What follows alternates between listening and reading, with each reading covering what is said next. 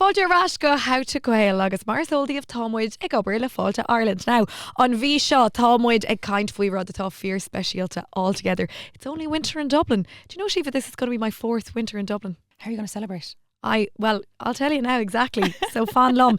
And you can also celebrate with us. Dane planned the Hírig Gírig at visitdublin.com. From November right through January, Dublin comes alive in a whole new way. Okay, so picture this. Dún for Studio Corda, festive lights twinkling throughout the city, live gigs, comedy nights, some theatre, perhaps even a cocktail making class, le the chuid Corda, being on Cahar Lawn, le Fuineh agus le Spree. Theatre, darling. I mean, is that what that's the way you'd be spending your winter? Yeah, tá mé chun gachrid sophistically and of Sulla Haggans and Lanaf. Look, féachar seo ceann na hachtrí atá ag Tarlúnt, right? You know the National Gallery? Yeah. My neighbours, right? Yeah. They're doing, famously, yoga sessions for beginners and experienced yogis. It's all happening. Relaxing, mindful yoga mornings in their education studios. Well, I think bheadh sé sin really áisiúil ach go háir le linn a tréimhse sipadóireachta. You need some zen in your life. Kate von You Gaeilge, go to the National Namaste. Gallery for some yoga. Yeah. Makes complete sense, dumsa. Beg my an. Tá mis chun leimt trasna go Shráidgrafton agus go Bewley's Cafe, right? So tá an urgent stuff ar siúla Bewley's. They're going to have a Nullag na Mán Christmas special, which is storytelling with afternoon tea.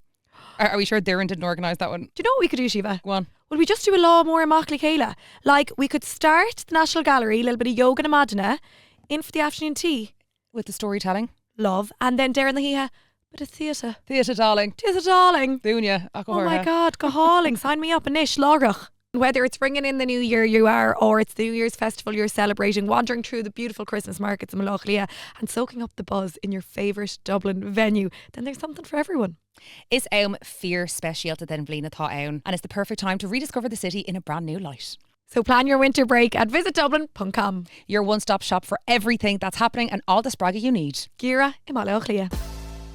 Colini, did you know if you're aged between 25 and 65, well, you can get a free HPV cervical check. It's one of the best ways to protect yourself from cervical cancer. And you know what? I actually checked only recently when mine was due, and no exaggeration, it took me less than 5 minutes. Go on, Miss To-Do List. That's me. Well, can I show you, Doireann, just how easy it is, right? Okay. You open your phone, you go online to hse.ie/cervical check, put in your PPS number, stick in the date of birth, and then they tell you when your next appointment is due. Oh my God, I that's know. unreal. And you can check you're on the register on the website, or you can phone 1-800 45 45 55. Do you know, that is so straightforward, but we tend to put these things on the long finger. We do. And it is worth saying, girls, even if you've had a normal screening test, you just shouldn't ever ignore the signs of cervical cancer, such as bleeding in between your periods or bleeding after sex. Call your GP right now if that's the case. Yeah, 8 le the curb. Listen to your body. You know it better than anyone. Empower yourself. If your test is due today, you can book it today or hse.ie/cervical check.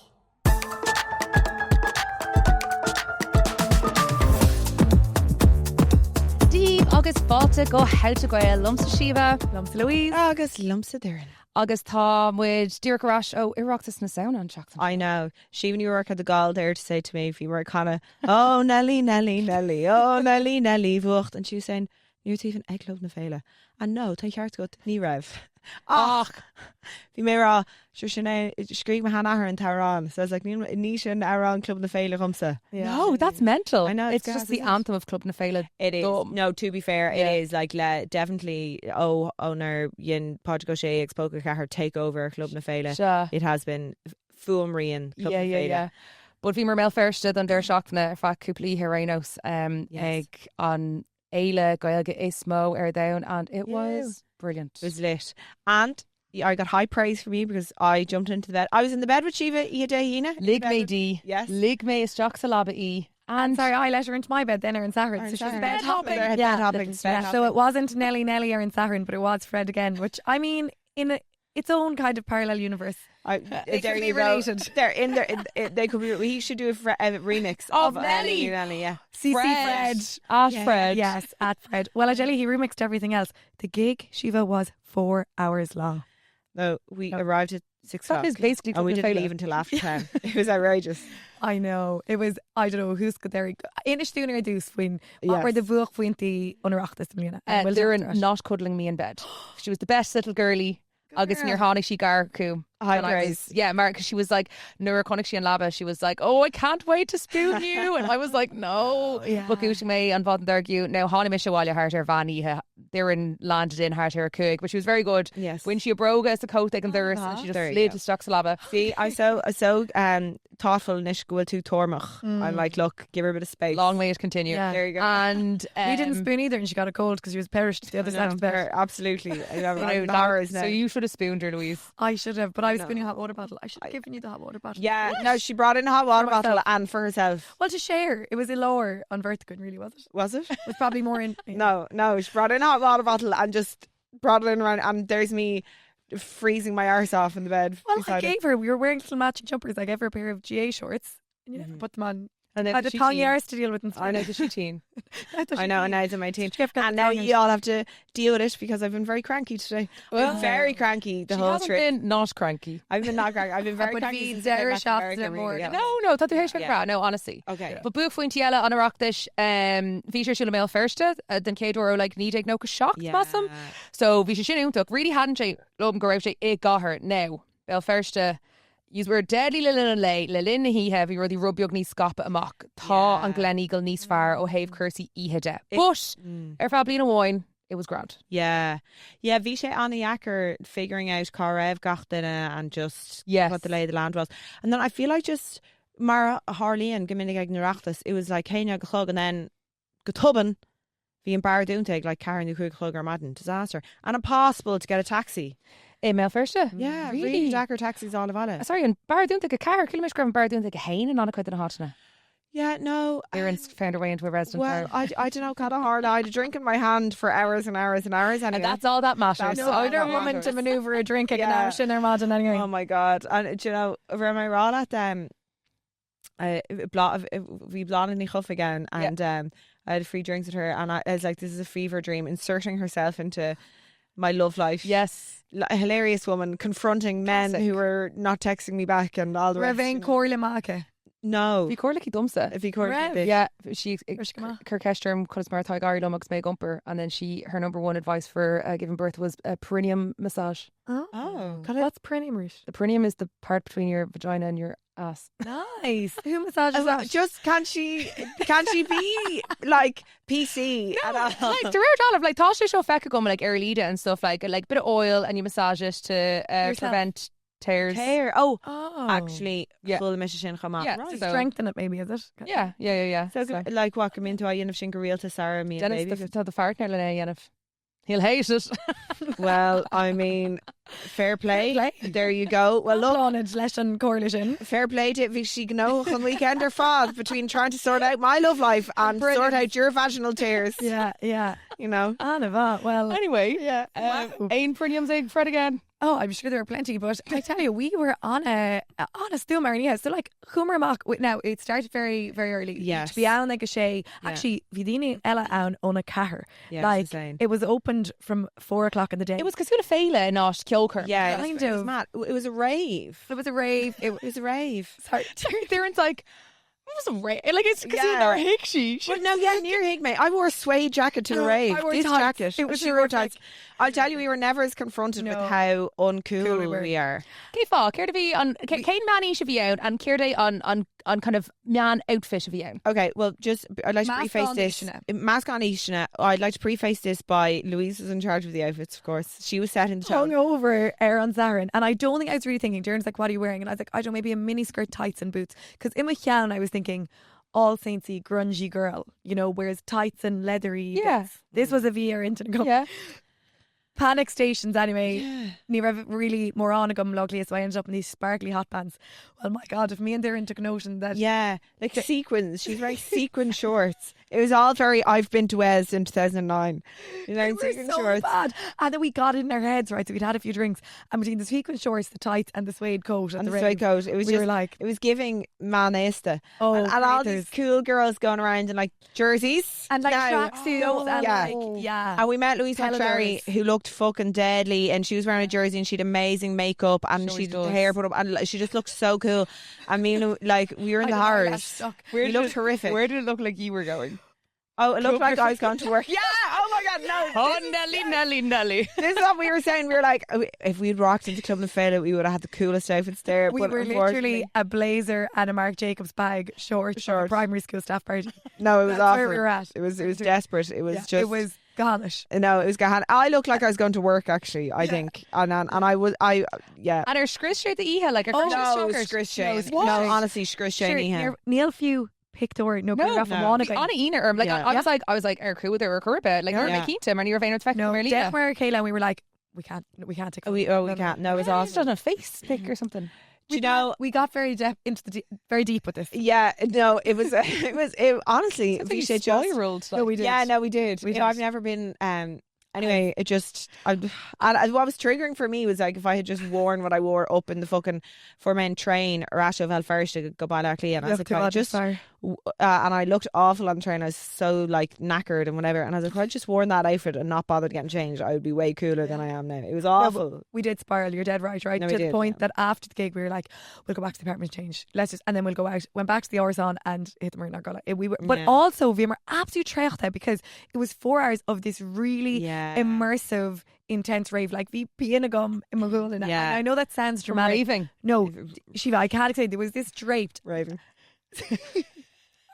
Raving. We were raving. We were raving. Like there was this draping. Yeah, over Coronation. it that was like, and it was moving up and down with the song. Yeah, no, it was mad. And it was like, there were times where I'm not joking, and you can report back if you're at the gig because you'll know, you to go out for air. Like it was like, it was at times it was stifling, and then you think and it would be like, it would go again for another hour. Now, can I just say, an Irish and the Tom Winchin, a V fucking craw to Gary ticket I'm shoot, and a virtual like, we wore it to sequin shorts and no, it was straight not- jackets, yeah, and no, it was awful. Cat Falama. Yeah. More Falama going, we'll never rave again in sequins shorts or suede jackets. No, I don't know what we were thinking. But like you can imagine, Vilmer led the Chara Sinead Scanlon as well. Oh, the coolest one alive. The coolest Yeah. one. And even we were like, oh my God, like we're so, and she was like, no, I came out in tights, so I had to rip them off. They were just, Oh, really? it was very confronting, I feel like, for Yeah. anybody over the age of 30. Yeah.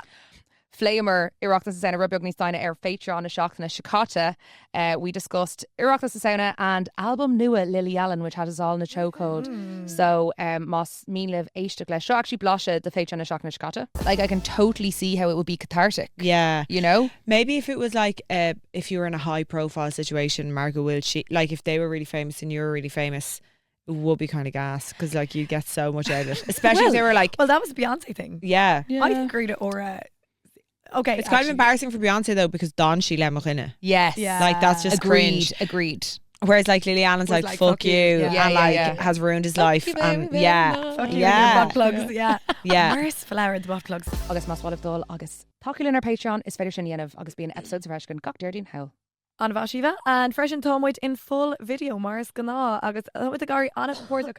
Where's the flower? Oh, it's a brown. I'm sorry. Díad ar sábháil. But sorry, Will with the Gary Anna Portak in our set new. Tá, yeah. And if you want to see Louisa's sequin shorts, níl she dirty in you, but she'll bring them in next time. I won't. I'll never wear them again. We'll have a vote. We'll just do Dana would vote the Howcon. I was going to say I'd give you a picture to insert, but no. Really? No, yeah, I'd never want to see them again. Me Either. neither. I'm sorry. Yeah. My No, gosh. I know. I'm sorry. That's like not to be dramatic. Okay, well, Sequin shorts. Jack na Seachtain. okay. Jack na bliana either. Yeah, Okay, yeah. Mata- I don't know what happened to us. The Russell and bad. Brahms. She's considering getting rid of the Russell and Brahms as well. girls. Shiva, we got home and we stripped naked. We were like, No, we we never want to wouldn't. see these clothes ever Sick again. for the Patreon. Sorry, okay. Well, Más for the Gurwaliv, I don't know, na sequin shorts eshkent nu Matai and Tormiaga ver ein top plate can gadisha be a dagfall howtograil@gmail.com. Woohoo. Now, gan aras Kalini na Bonini, Tamid Chobuich as Gachtana Chanik Bonin, oh my God, just delighted, and we are never out of our Bonini Hain. So look, when we just Shock us more than anew. the Eshkin. Well, Shachas enough. I know. Yeah, but You can't be wearing them morning, noon, and night though. People are like, even few an upper, they're like, oh, here she comes again. Well, I know couldn't make her curtu Mumford and Sons Fiaglif Savanin. I thought, Kane Ducher, get it out, spread the word, you know, scap and scale. Yeah. But no, we were delighted. And I wouldn't mind. They complimented it. Did they? They actually did. oh my God, Yeah, amazing. there you go. So Brilliant. there you go. Listen, and where are your Bonings, gals? Actually, when you get yours, please take pics and tag us in them. We'd love to see them. Meet a wickers the Anya Canican. Woo. Okay, so on Seachtain Shaw, more women in STEM with Hain, Tom with a Kellora, Seachtain na hEolaíochta. Woo. I would say bíon caithúir mo gcónaí nar dhéon mé níos mó hEolaíocht ar scáil dhéon mé gotí an trasa sóisiach and then darg mé as. Really? Mór trú. Nach chuir sí riocht nach bhíolíocht déanamh. No, you're No, I think really better ceann. I think vírs ceann amháine anamh dabbar rud ag raibh cuasa faoi le á dhéanamh agat ar an ollscoil beidir, you know? Yeah. But muna raibh tú dul chun eolaíochta dhéanamh, like, ní raibh sé riochtanach no. Yeah. Anyway, Más rud éigear sin tusa, Science Week is taking place right across the country from the 9th to the 16th of November on Seachtain Seo. And we are also celebrating the 30th year of Science Week this week. Martha Annachud Dulcan Keen Dainta is tóga noun na hEolaíochta le bhraint Blinta News. And Irie níos kind of Tá sé ferbert níos sciúpi gach éin bblion, you know, leis na ferbertí nua. Téime na blina seo is then, today and tomorrow. So we're encouraging people to explore where we were, where we are, and where science can take us. So the Annachud Thurmi HV agan faoi cursaí AI godí seo ar an bud creile is ábhar really spatial massam. Love it or hate it, it's kind of here to stay.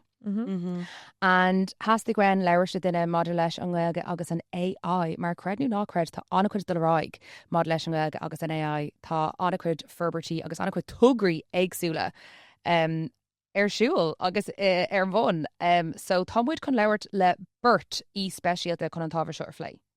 Okay, dús le roimid le Abigail Walsh atá a gobar godlú ar an topic seo as listúil a gúnta curií de Abigail agus táisí ag gobar ar thugrad ar bhanam eStór. Bhí anna chat a gom héin agus síbhalé. Agus an sin, bhí chat goin le Liam Lonergan, he's a ceoltóir, Duireann's neighbour. Agus is bhhailechrí atá sé, atá ferbert siomh ar bhanam Abair.ie, atá cuma atá chun ar saola dhéanamh bhád níos fosa. Well, a cún of broad day, sin an planetá gan arénos. A raiglan leis go hína na seachtainna.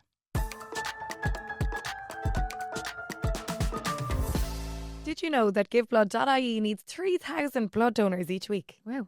Gaeilge now, imagine if the Houthgail community rolled up their sleeves. Check my little joke there. Anna Calista Shiva. Do you know what? Bheag sin do chreide, especially when you consider that 1 in 4 people will need a blood transfusion once in their life. So, conquer for the Yenna Mershon, Louise. Well, it's very simple. You can visit GiveBlood.ie to check your eligibility. You can book a slot, and it really is that straightforward. Ceist an award them say. And we make up on Tain and Eek. Girl, why don't we get a briska? No, seriously, the most important thing to remember is that blood donors do save lives. You can check your eligibility at giveblood.ie. Abigail Walsh, fáilte roth go how to Gael comes thought to in Yov. Oh, go really good. Yeah, I'm very excited to be here. It's very cool to be on the studio. So well, we're delighted to go to it, Joe. Shocked in a hEolaíochta tá ann. Tá anna spéis go in now with Gersi hEolaíochta. Yes. Look, like, you know, tá muid heish cursi like AI a phlé ar an bud creile seo hannah. We've got some differing opinions for you. But the tusa ag obair sa raim se seo. eStór is an togra tá ag obair air. Sin an tionscanmh, yeah. So I started working on eStór 2 years ago. Agus is tionscanmh é seo chun bailúcháin a dhéanamh trí bunachor sunraí teangacha. So is teanga like low resource language dearm a Gaeilge. So níl lán ach fanní ann. Like ag gompárád le ar béir le mórtanga mar sin. Catch me up here now. Yeah. What is the actual function of an I know go to a Toganton database show, but what is the actual tangible function for me, Savannah, as a Gaeilgeoir? Okay, so we're at the start and the user is at the end. So Tommy ag bailúcháin on sunraí chun curisteach like it's a like pipeline mór agus ag an deire tá duine ag buinúsáid as uirlisí nó in rud a úsáid an teanga like ar an rivra. So any sort of language technology that might be chatbots is always first you think of machine astruchan ach freshin curdig inal shin size language technology no beidir like speech technology, so like a screen reader, new spell checker, shin rodella, or grammar checker. What does a law? Sorry, I'm going to intrigue at this. Oh yeah. What does a law Ibra look like then? What do you like? What in a very practical sense are you doing? Are you writing code? Are you like that's? I would say it's quite long, laborious. Well, work. it's Jeremy go bhfuil sé beagán like it's very simúl ar fad. Yes. So it's for in beagán amid. So we're like I'd have to count, there's 7 or 8 of us depending, so tá míad ag obair ar an tionscan of le chéile ach ag déanamh obair ar tionscan of eile, so it's chin like that's the normal thing for research. You'd be doing a little bit of this and a little bit of that. But an awful lot of what we do is actually just talking to people. Tá míad ag Absolutely, yeah. ag dulgadí ó cád de friúil agus ag labhairt le daoine agus ag míú leat cad is bríle sonraí agus cén fáhfuil míad ag lurg sonraí agus conas is féidir duine a chuid sonraí a roinnt linn. So sin simúil mar five bhhain atá agamsa le intellect Téigh agus kind of an technoliaach nua seo ná. Like I know tá she's just like suasteach ólas. Oh yeah. Atá just amachchan sin. So they're kind of stealing content like books and art and that kind of stuff and processing it to teach their processors, I don't know, how to read or write or whatever it is. But lurgíonn sibh se cead ó guoine so current sibh an tábhar leis an gcóras. Yeah, so sin rud an tábhachtach doin is like we keep in mind data sovereignty always. People make the data and it's their data, and just because they put it up online doesn't mean that it's their rights are gone. And actually the majority of data that's online is copyright protected, but I won't name any names, but there's companies out there that don't care about the copyright and the conglomerates, and the thing is the legislation isn't going to catch up for a while. So Tommy'd inish, so like Ramsha, a bit like Wild West, agus like it's a gold rush, agus tá gachtain and just ag dul I dro like as much data as possible. And yeah, so Shannon five like neurotátu ag eerie a vet biogan is ethicu, let's say, like kahitu a bit a biogan is like we're a bit slower, let's say. We're progressing a little bit on a sustainable track, let's say, but we're thinking about data sovereignty, who owns the data, who's being represented with these data sets. So Abigail, tá cluthe beag le himar goin mar bhí mis ag leabhar dat níos léhus a Seachtain agus bhí tú rá na gléas astracán in na machine astracán tá stig suasteach an tolas ar fad ón monachar sunraí an orintha denan siad focal a chuma. Yeah. So that you can quit in a focal shot a haspant down and we have to guess, what did AI mean? Okay. So it's lovely. AI Gaeilge. Oh, lovely. yeah. Lively. Okay, You're going to love this. So Sean Cade focal. Chunsknor. Spawn on camera a comma. Okay. Chunsknor. So Rudagan Buint. So Chunsknev and then Dayantor. So Chunsknor. Dinner of Chunskadol. No. Oh. Yeah. Oh, and Willon. Projector. Yeah. Someone. Oh, for fuck's sake. You may just a raw grandma Geary. Yes. Oh, God, it's that bad. Yeah. No. Projector. Oh, my God. Projector. Shin on focal, yeah. So oh, that's awful. Okay, come on, right. Okay, now I get it. Okay, so an actual focal is Telegor. That's so funny. And we'll stick that in the glute. Yeah. Sorry, Shin Chogan. Oh, I was literally just saying to Shiva, I'm going to buy. Yeah, she was. And I was saying she had gotten gosh by TikTok. I know. The girlies on TikTok. Agus Taspana Meran camera. Willy. Oh, so it should be so something that could be a windmill or fan. Yeah, no, it's windmill. Oh, windmill. Will and Gae. Oh, Will and Gae. Yeah. Oh, windmill. Okay. Yeah. Yeah. Crunchy. Gaevily. Gas. Oh my goodness. Yeah. So just like cat. And is it monowill focal egg on AI? Yeah. Just croheen shay. So yeah. So Shin. Sweet of Gael, like that we think that's what's going on. Okay. Acne Shay, like Shin said like that, like AI has a life or a mind of its own. Gael Shay, Dan Sean, you're like, I presume this is what you're doing, but like Shin really imniach. I know, yeah, you wouldn't know. Crazy. Yeah. Oh my God. Okay, so more power to you. I think you'll get this one, but like Tashe Biogan groundwork apple. Okay. So again, terma hEolaíochta. Gas úsal. So gas úsal. Like general gas. Úsal though would be like as in yeah, ní úsal ná like hísealach, yeah. Like high yeah, like a gentle gas. A gentle gas. Oh, is it the gas for a pain-killing gas? No. Shin, yeah, that's a good guess, but it's noble gas. Noble gas. What was noble gas? What is Shin? Like it's one of the gases that are inert in like the kind of elements, let's say. So, yeah, I knew that. So yeah. We're showing ourselves up here now. Yeah, Stop me sin of hEolaíochta tar sin junior search. Cecha fála grínta sa hEolaíochta. We're going to make hEolaíochta than H'Eolaíochta now. Yeah, Ortesh, so I should have got that. You should Look. we cut that bit out. Trí gas sin an focail cearta bear like Really? Trí gas. Tree gas. Yeah, so I think that Wow. means like inert and Girl, sin. I'd say you have your That's head just- I wrecked. love that. Could Got display that. all That's through very the- good. Got Very law, good. No, law school, guys. I'm telling you. Focail dearnach, so Okay. seo an focail a crochig an chorus ach níl an focail cearta gomsa, so Okay. Beidir Oh, an Beidir go sé. Abair.ie. Great. You found, hello. Yes. A woman needs clishta not AI. Yeah. This me, you know, in Clarkson, are you smarter than a 10-year-old? We'll see now. We'll do needs clishta not AI. Sean. Oh, Daddy Shukra. Daddy Shukra.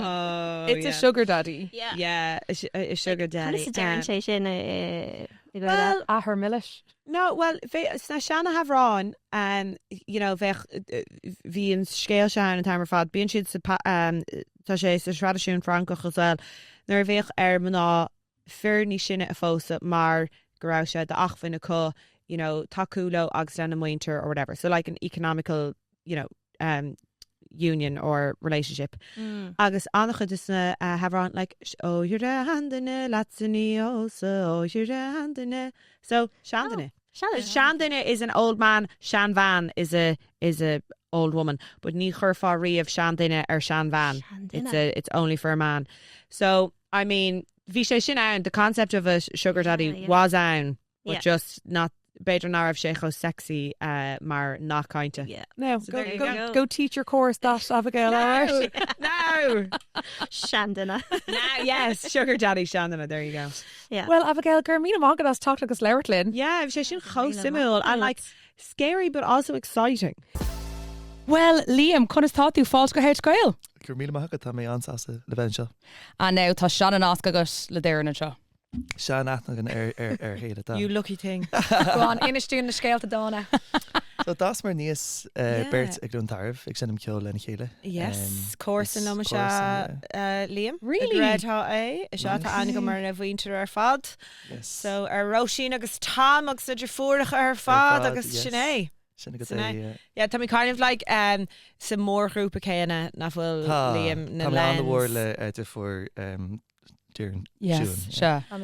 Yes, ach no, we're here strictly business. That's Yes, it. Well, Well, an féad an ceisgur céin uirlis tágat. And Constantine is Oh, Mo. Anna Bach. Oh, Couple Constantine cin is Mo. Yes, Céirí so na cín couple eile. cín. So chean mé an flute agus mé níos óige ach an flute clásicach Sure. agus an piano agus bhí na canna I gcóirne ach ní réile. Roganachach in is leis an upper PhD. But I'd say Darren he now go gone ha. Beter. Oh, Colin leis go phone ver. Agus tá Yeah. fellm na fiileach ach tá sé antach. Oh, Will. Am Oh, hain, fair yeah, play just it. mar rudéigen le. Wow. Oh, just Croc- on the side crockery, on the side of crockery people is know a- how I know, yeah, I know. absolutely, not yeah. me, I know, don't just the doziest. Procrastination. Oh my God. It's mahan rodang procrastination fair Shit. play. Take Well, him Mara back. Dormer, thought one show let the quid gno a fly new. Gno means business, right? And we are talking business. So in the fui Abair.ie, shut and togra will toss like over. Yes, so táid lonathe ag glas na tríóta sa Ryan hEolaíochta. Agus is grúpa mids atá bunathe is óidm le fithe blian nuas agus táid ag play le technolíochtaí don réige. Technolíochtaí orleire na cainte is mó. So rudí ar nós gotanna sintéiseach na riamh gotanna a bfach anúsáideach mar hampla do siúd beidir nachhfuil raach nasúlacha go mo siad ná fáil ar go fáil acu ar ólas ar lína go mo siad ná beidir siomh gréán go mo si sin léite amachtóibh. Agus legamid an bhéim ar na canúntí, so tá gothna agan donna canúntí ar fád na mór canúntí agus táid inéisise freasa ar na fóchanúntí leis, so tá goch na raine agan agus táid gobar ar go fio fi láthair. Okay. Ach sin an taobh a bhain den opair so sin like, na gochanna a bhíons a dhéanamh agam agan, ní dúach mé héana bháin. Tá grúpa Take all the credit, Liam. Go on. Éidir sin dhéanamh, so tá grúpa agan.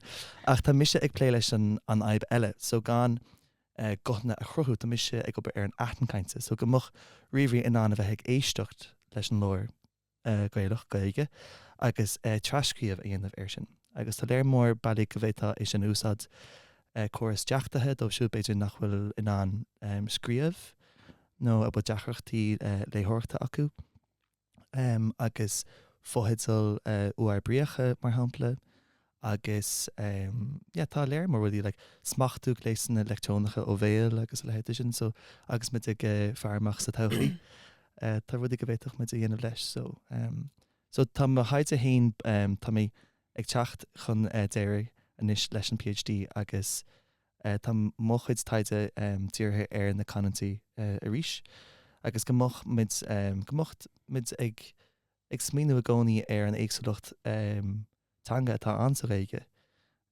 so is ábhar AI é seo so tá mid ag buint úsad as léir mar sonraí le tréinál a dhéanamh ar gléas na AI ach sa réige tá éagsúlacht an na mhórán ó thaobh na canantí de na blasna éagsúlatá an Gaeilscoile agus rud mar sin so caiimiid freasta ar na caintirí éagsúla chuirpaí éagsúla agus lena sin íanamh caiimiid is dóm a bheith feasach ar an tuch hangolíoch agus an éagsúlacht chaúna sin.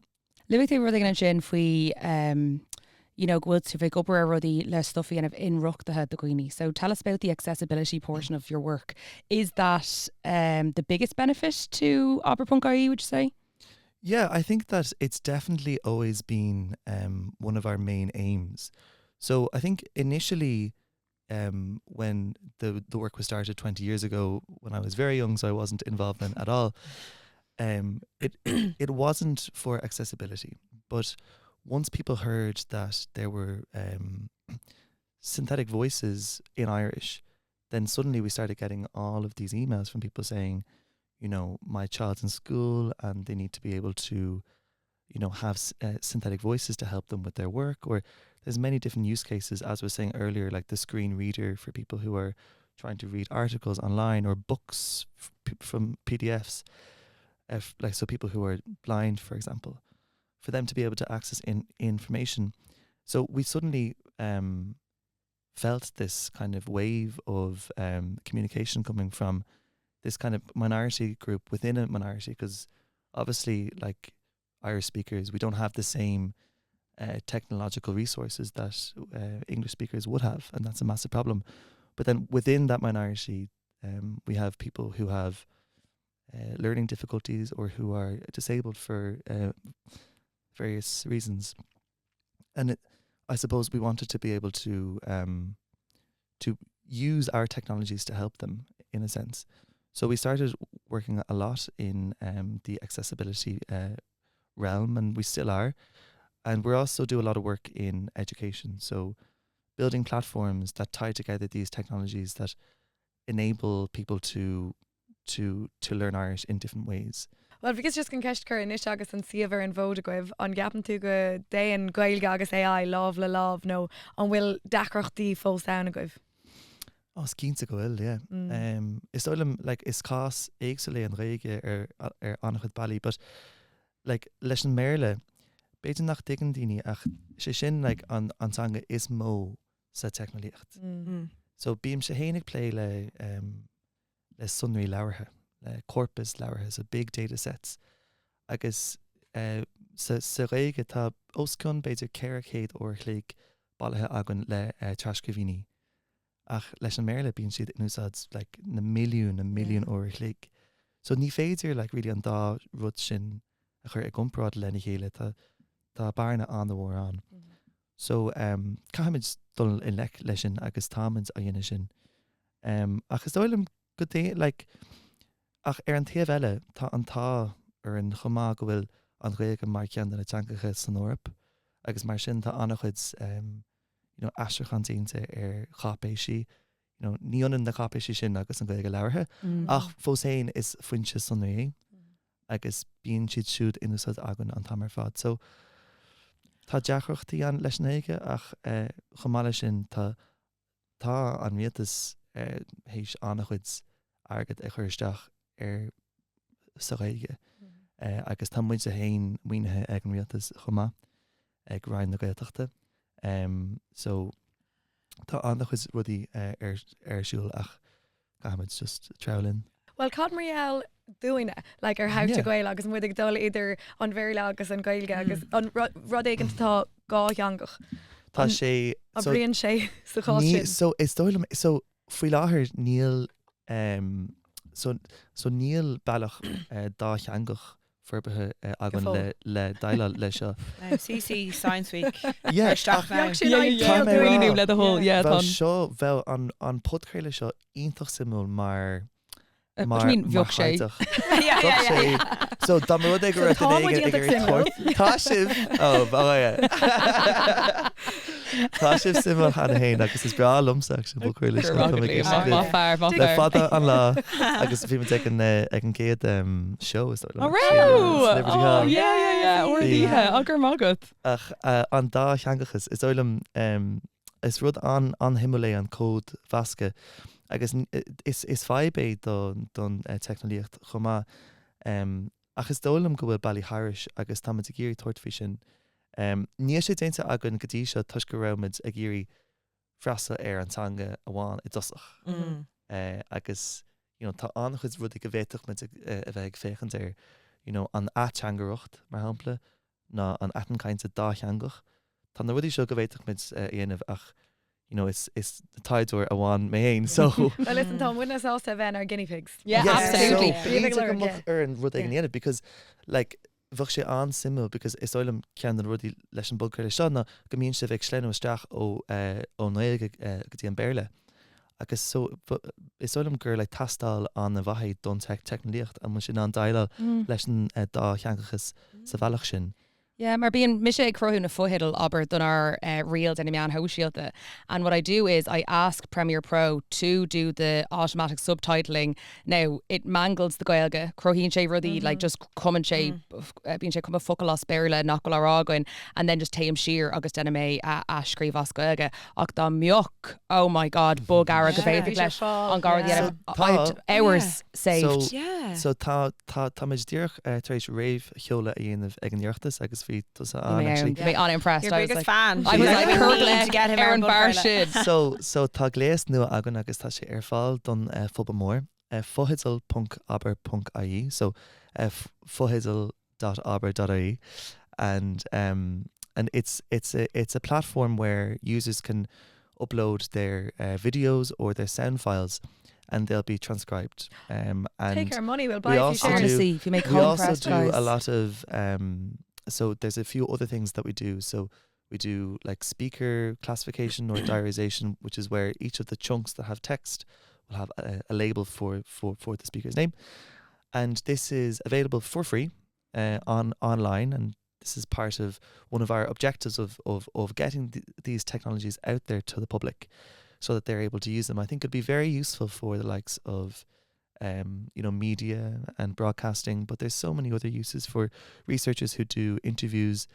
I know myself that manually transcribing interviews is very, very tiresome.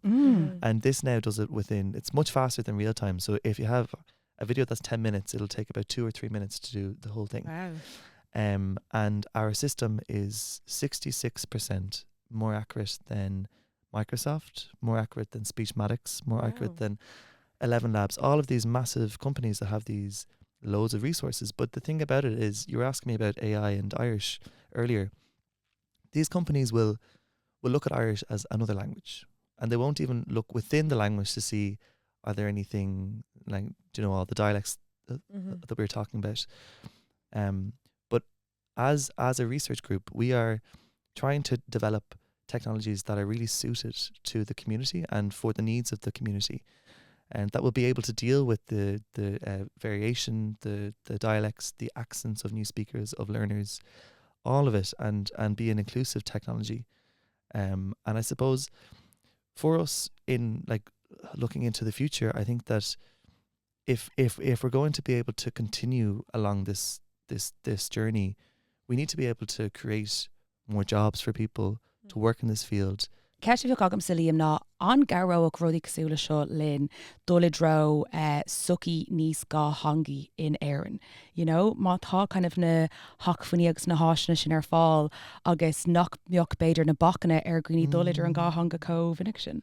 Yes, so bhí mé ag cainte cógáil le déine agus tháinig bean chofadalum agus bhí sé ar siúil san acha de bhríoga agus dúirtílam go mbíonn ócádaí ar siúla acu an tamar fad as Gaeilge ach bíon drogal ar caiintúirí an bhéir le teacht tuisc nach mé sin ná éon rud hiiscint agus mar sin bíonar rudí aanamh beidir go dátheangach ach nóir tá rud ag an dátheangach caithe tú tiontú ar marla an tamar fad ach damar rud ag go raibh bailach le atrangracht na interpretation a dhéanamh go thua ebriach gomach duine in an seasa suas agus bheith caint as Gaeilge ach go dtiochin na fotheidil suas as béirle.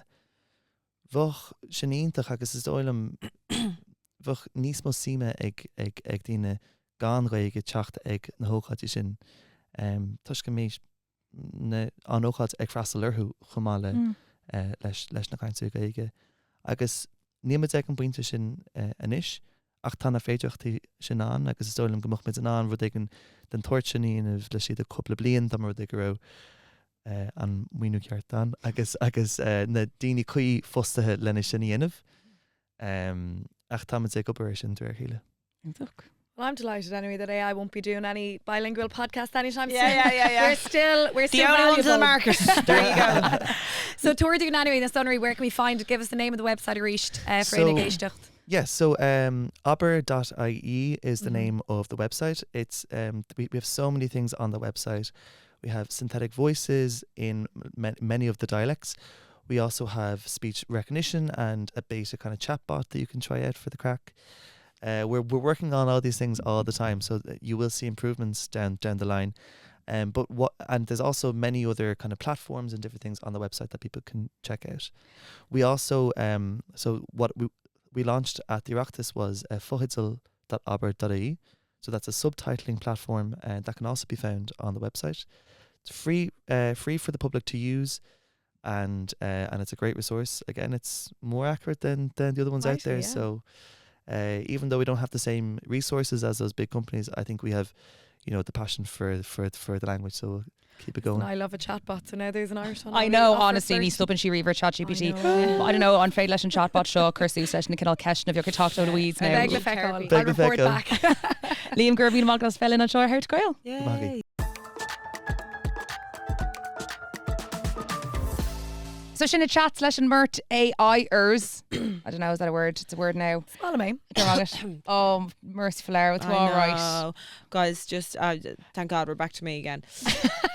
Oh God, to my chobroja, And to you know my what? chobroja's It's a misery. hEolaíochta agus leis go mai bisegurt galua. I know. No. Joe, thank you to my chondol agus for lemsip agus vitamin C. Yes, aber gur mágad Science Week. Gur mágah Science Week. Gur mágah hEolaíochta. Kurt the Vaughan as well. You'd be nice I and know. snug. I'm actually kappa. For my churwig din this I didn't. I have to buy shampoo ma. So my chondol and is if we lesh na holahe. Good shampoo ma. Good No. There we go. Yeah. Absolutely. So I Shampoo tell you, Kirkra. call Memmish gone and hEolaíochta lads. Fucking with natural hair. I In an know. awful state of affairs.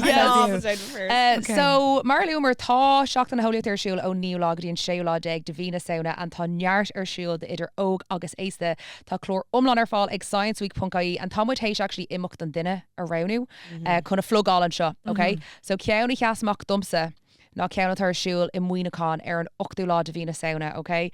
And it is the Muckin Mission, and it is an event called Snails, Science and Skincare. And I just thought with our history of salmon sperm and, Girls, do you know I know a snail farmer who makes fortunes out of this? well, there you go. I swear to God. Are you She's flat gonna- out. Farming snails. Farming snails? I actually have to say something else. Nervy Murdle Shockley, Nervy Murdle Cholia Desairing. Louise was like, no, I couldn't be arsed to clean my makeup off my face. I was like, sorry, I could be in the horrors on death's door Same. and I would. There's no way that I Same. wouldn't. Listen, I'd seen clean a my clip on makeup the Erin Iderlian of Miriam McCallan not washing her eyes, and I was like, well, Miriam does it. Yeah. No, it's just a woman who she'll get salmon sperm injected in her face I to make it know. look better. But then But she, I know. Won't take her makeup off at night. dire That's- experiences. I that's was a like, yuck. I'll do it. So again, me Come then on. out of guilt. She Come on, guilted me yeah. into it. But anyway, yeah, so I just thought gur imimecht má sin dúine, okay? Cian Elegwyf? Okay, game changer. Show really Samuel, right? This will be one now for you, Louise, right? The psychology of halftime talks. Oh, Is that a Shin. dig because so Declan Ira Haas lousy? No, I thought like it was like chun de foreigner Today FM Spraga, you know, maybe we could improve Naturally Lone through Louise. them show, Maybe we could improve this. And but Shinner Shield and Wincliffe are in the law the mean. Louise be like, come on, 3 Benson Boone song My next. God, We Yes, got this. come on, absolutely. Everybody So that's shot Shinner this Rud for- Garmish Kappa. Anava. Well, look, I went for one that I thought would suit us all. Shiva, this might get you excited for 3 months' time as well. Oh. Wine, the science behind what we taste. Now you're talking. Delish. Okay, it's on No. aboard Larga, and I love the date, the 11th of the 11th. 11/11, Oh, make a wish, drink perfect. a glass of wine. Perfect.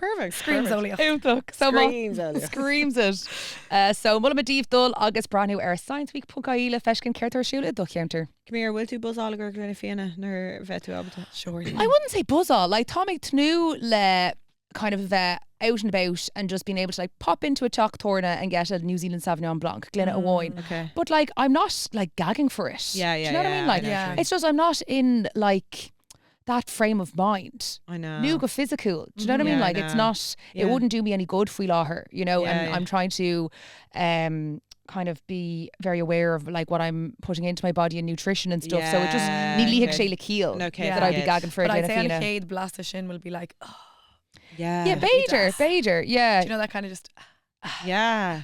Well, do you know what? It'll be We'll have very- one for you in the I'll meantime. have a scientific taster, right? Jane Nation. Cool, it was your favourite one, I'll Ma report van, back. ma van. Okay, Kirsty Gloosh. Okay, well, h'Eolaíochta gan out Shin A. Mm-hmm. Science. Intellect Téigh ná Gaeilge AI nu tá uncle actually go burle who does the girls there show and the session mo go gléhim with ord intellect onas gumioch sé mar AI sa gáhanga. Oh, Shin. So intellect Téigh new ord intellect. Okay. Okay. Okay, Astrucon Mhm. is translation or what? Vi focal ela ag, Liam. Atangrucht. Yeah, but it was transcribing come on. Trashgrief. Trashgrief, yeah. No Astrucon, ethics, agus sunry is data, yeah. Sha. Yeah, me ashnéis gan out to sha misinformation. And then an Gaeilge STEM ná I don't know would I read it or say it. It's ETIM. Etim. Etim. Etim. Yes. Anava. Etim. Yeah. So now, fichar Shin. What? Can this read it in our tanto ag obair in STEM, like Shin stem cell research? No, STEM. No. Shin rud Science, egg technology. Yes, so STEM is science, technology, engineering, and maths. There Yeah. you go. STEM cell is rud Okay. umlan. Excellent. Well, there you go. That's the junior cert h'Eolaíochta showing itself. Delighted we were able to correct you on our Yeah. science week There you go. episode about that. How far Yes. did you go in junior cert? Like photosynthesis? Yeah, I bet that's about it. That's what it should That's about it. Yeah. What more do you need? Honest Oh, God, what is honestly, the plant? look, she's you made know? it this far, hasn't I've she? made it this far. Look, I would door over rather- here. Thank you very much. Exactly. Did you I'd do rather okay? be able to play an h'Eolaíochta and fiddle than explain. No, actually, that's lousy to scientists. Do both. Do Get you a both. gal who can do Yeah, both. Well, Liam see, could do Liam both. Lonergan can do both. Yeah. He's Yeah. ideal. Yeah. He's ideal. Okay, yups agus yucks. Okay. Well, the ox, Louise has said it already. The secret shorts. Sorry. Oh my God. I'm actually getting. Do you know you say you get a visceral reaction to things when you Yeah. said sequin shorts again? They're caught She me in was the really- throat. Yeah. This is your I'll throat never- chakra releasing my the trauma, The of trauma having of the other to. night. Do you know what it was as well? It was the kind of short that just cut me in all the wrong places. Oh, it's fool you know, Yeah. and like it was doing nothing for my thighs, and I would say I have good bare legs, but like, do you know, this the You do. Scientifically, the tights I can say were you wrong. do. They were sparkling. The shorts are sparkling. Even the Russell and Bromleys looked bad. There was just nothing. No, yeah, Okay. there was no let Yup up. about There was it. nothing- Yuck. yeah, It was there no- yak agus yakarish. Yeah, Okay. yeah. Yeah. Oh, Cad look, faoi yup. Sigma. Carvel first, Gail vel first, you know, and Rona McGavey, her Cuiviceol, Nichal Rodegan, who was in the Erdux, he's just a queen of her, and far Uasal, a sprag, no Gail, agus vi goni, and, you know, is Queen Fosni, sig na Herachta si, Gemachsha goni, and our spraga, you know, mar Rina Oga, agus Hugsha Cluas to Dina Oga, Ishli Bader, nach Duggan, like Dina Foss, in inverted commas, Anach the now. And yeah, vi sana uig noch anig mel farsha, and I just you know, Sinead on Irish the dog sin ig Rona McGavey agus fubble vel farsha, and just fi sé deadly ve hound my chode lighter garglum. Yeah. You know, it was just Ocad specialta. They're in Snair.